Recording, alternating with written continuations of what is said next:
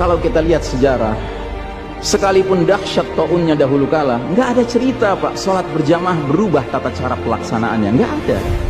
Kenapa kita harus berubah?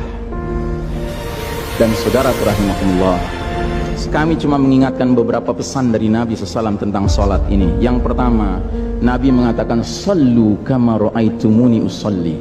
Sholatlah kalian sebagaimana kalian melihat aku sholat. Ini sudah kata mati Pak, ini kunci Pak, kunci ini. Makanya para ulama fikih memutuskan nggak boleh dikerjakan sembarangan, nggak boleh. Apalagi setelah dia ada aturannya, terus kita berkreativitas menyangka itu lebih baik untuk keselamatan dunia kita, sementara kita tidak peduli dengan keselamatan akhirat kita.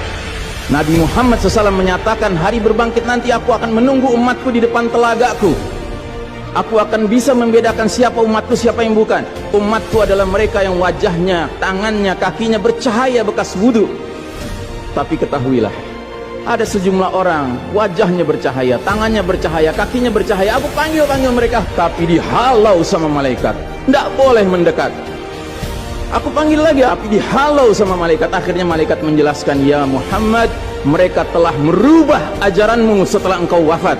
Kata Nabi selanjutnya, menjauhlah, menjauhlah. Nabi nggak mau dekat dengan orang yang berani-beraninya merubah tata cara ajarannya. Dan ajarannya yang paling pokok apa? Tauhid. Setelah tauhid apa? Salat. Dan ingat, salat adalah amal yang paling pertama yang akan diperiksa oleh Allah Ta'ala bagi setiap hambanya.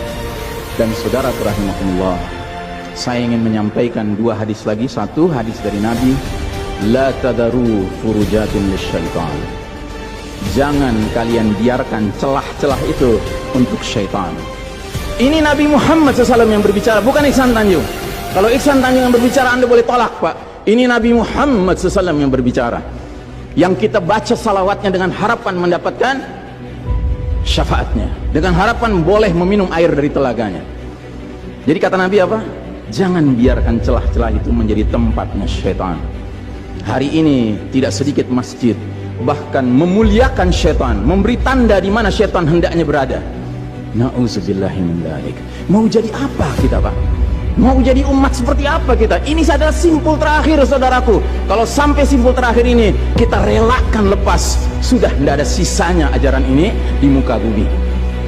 Karenanya saudaraku rahimakumullah, bagi saya urusan sholat berjamaah dan tata caranya ini bukan urusan pilihan fikih Pak. Ini urusannya adalah urusan dengan musuh Allah Ta'ala.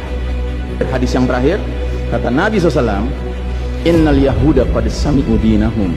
Sesungguhnya Yahudi sudah bosan dengan agama mereka.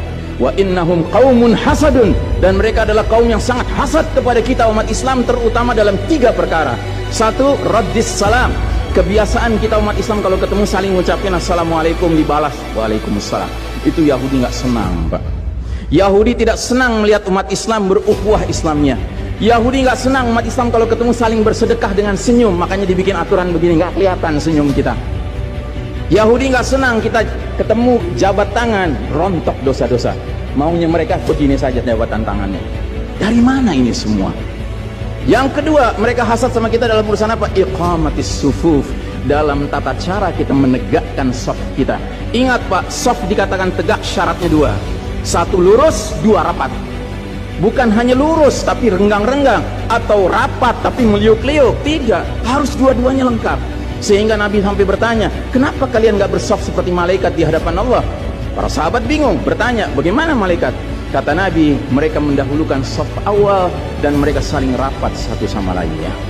Jadi Nabi itu bangga kalau umat Islam sholatnya seperti para malaikat di hadapan Allah Ta'ala. Harusnya itu menjadi kebanggaan kita juga. Dan harusnya kita tersinggung kalau ada pihak yang berusaha untuk mengacak-acaknya.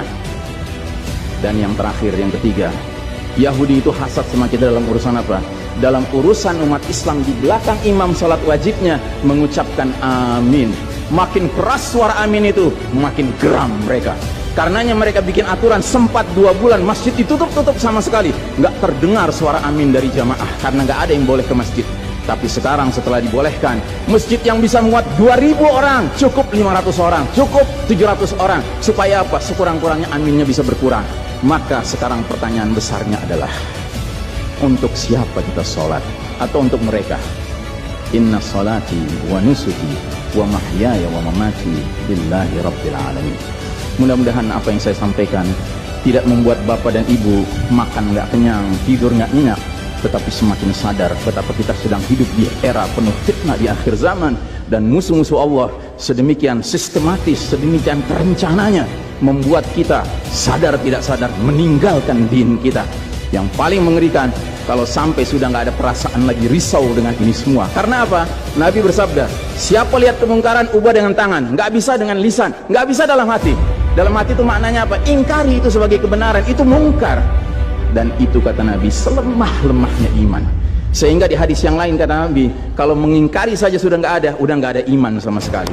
Nah, yang kita khawatir kalau kita ternyata ridho saja dengan aturan sholat WHO ini, Pak. Padahal harusnya kita sholat dengan cara Nabi Muhammad SAW, bukan caranya Tedros atau Bill Gates. Kepada jamaah, inilah nasihat dari hati yang paling dalam kepada saudara-saudara yang saya cintai karena Allah, yang kita sama-sama bersalawat, kita sama-sama mengharapkan air dari telaga Nabi, tapi boleh jadi nggak semua kita ngerti apa yang harus kita lakukan agar air telaga itu dapat jaminan kita boleh meminumnya.